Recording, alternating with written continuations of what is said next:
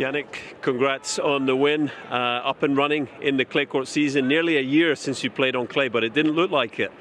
Just your thoughts on the win today? Yeah, I felt like it was a good performance today from my side. Obviously, you have to change a little bit your game style, how you approach certain situations. But I'm very happy. I feel like the first couple of matches or the first tournament is never easy. I didn't have a lot of time to adapt, so very happy about today. I'm happy that I have at least one more match here. I come here with good feelings, but in the same time, not many expectations. I'm a new tournament, so very happy. And you mentioned transitioning to the clay. I just wonder, you're so comfortable sliding on a hard court as well, and historically we talk about the movement when we come to clay. Does that make things easier for you, and where specifically do you find you need to adjust? No, I feel like, you need to adjust on every surface. The most difficult part, I think, is that when you slide, you still need to understand how much you slide, because, on clay you slide a little bit more, so sometimes I don't have the right distance yet, but look, I'm happy. The best practice is always matches. So one more match to go, and I also know mentally that after this tournament I have some time off to do different stuff. This also helps, and yeah. So of course, as I always say, main goal is Roland Garros this year. So we try to build up to this tournament. There's still a long period of time. So happy how I made this transition. Jannik Sinner delivered another dominant tennis display. This time, in his debut at the Monte Carlo Masters, he comfortably defeated Ugo Humbert 6-3, 6-1 in just 1 hour.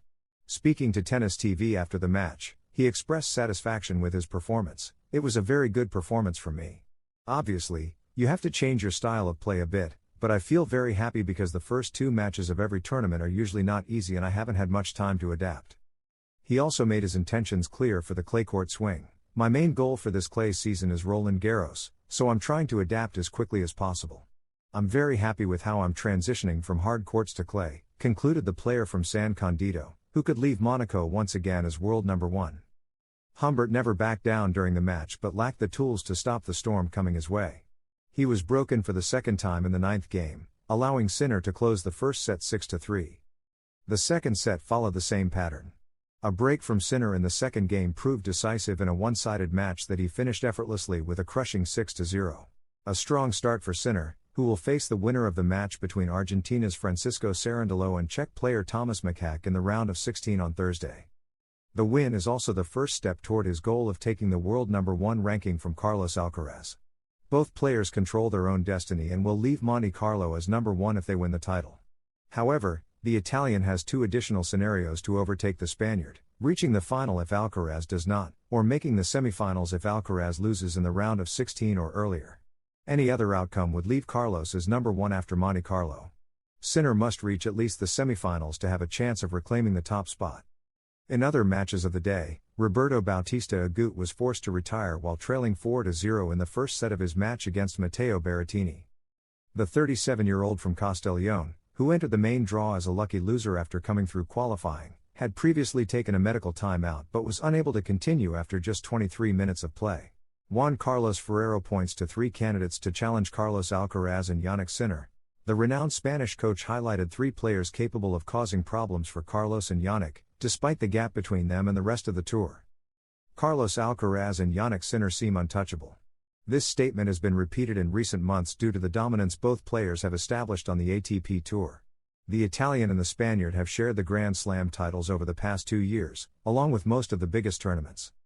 This trend has continued in 2026. Alcaraz, the current world number 1, has won the Australian Open and the ATP 500 in Doha, while Sinner has claimed the Masters 1000 titles in Indian Wells and Miami. With this dominance, the search for a third player to challenge them and form a new Big Three, like Rafael Nadal, Roger Federer, and Novak Djokovic, has intensified. In an interview with Marca, Ferrero named 3 players he believes can trouble them. "There's a difference, but not that much," he said, referring to comments made by Tony Nadal about the gap between the top 2 and the rest. Alexander Zverev has shown he's close, maybe an inspired Taylor Fritz, and you always have to count on Novak Djokovic. These are players who can challenge Carlos and Jannik, Ferrero explained. He concluded by acknowledging the difficulty of beating either player at their best, though he does not consider it impossible. It's true that if both are at their highest level, they are superior to the rest, but there are rivals who can put them under pressure. Carlos Alcaraz, meanwhile, used his appearance at the Monte Carlo Masters Media Day to express concern about the growing presence of behind-the-scenes cameras on the tour, calling the current level of access excessive. The world number one warned that players are increasingly exposed in spaces that were once considered private and called for clearer limits as TV coverage continues to expand. His comments come as he prepares to begin his clay court campaign in Monte Carlo, where he arrives as defending champion. The tournament marks a key transition point in the season, from hard courts to clay, a surface that demands greater physical endurance and tactical variety, areas where Alcaraz has excelled. The Spaniard begins the European clay swing after an irregular start to 2026 by his standards, making this stretch particularly important for regaining momentum. Monte Carlo, Barcelona, Madrid, and Rome form a compact sequence, with ranking implications and preparation for Roland Garros closely tied to results in these events. Still, Alcaraz emphasized internal factors over external expectations, highlighting the importance of rhythm and competitive readiness. His early clay sessions have focused on adaptation and timing, aiming to regain his feel for the surface before fully committing to competition. Concern over privacy amid expanding camera coverage. Alcaraz was direct when addressing the increase in cameras within tournament facilities, acknowledging their appeal for fans while pointing out their impact on players. He noted that access has expanded into previously informal areas, changing how players experience their time off court. While recognizing the benefits of greater transparency for fans, he stressed the growing lack of spaces where players can truly relax.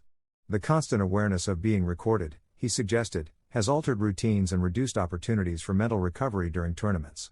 For the fans, it's great. They love seeing what happens behind the scenes, what we do, what the facilities are like inside tournaments. But for players, it's a bit strange because we no longer have a place to relax, since we're constantly thinking there are cameras and that everyone is watching us. He went further, describing what he sees as excessive access, especially when it intrudes on personal moments. Having cameras so close that they can see what we're looking at on our phones seems too much to me. We already don't have much privacy at tournaments, and I think this is excessive. We should have spaces where we can be alone without being recorded. At the same time, Alcaraz spoke about his return to clay, a surface he described as central to his game. His preparation has focused on regaining rhythm, with early sessions aimed at rebuilding movement patterns and timing after the hard court swing.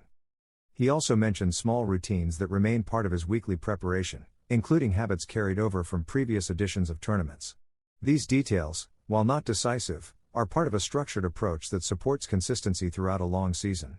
I miss clay every time the season ends. I really miss it. It had been a long time since I played on clay, so it was starting to feel endless. The first sessions were about getting back into rhythm, telling myself, that's it, time to get my socks dirty again. Honestly, it's an incredible feeling to be back on clay. Despite arriving as defending champion, Alcaraz downplayed the importance of past results and focused on his current level. His approach prioritizes preparation and physical condition over external expectations tied to rankings or titles.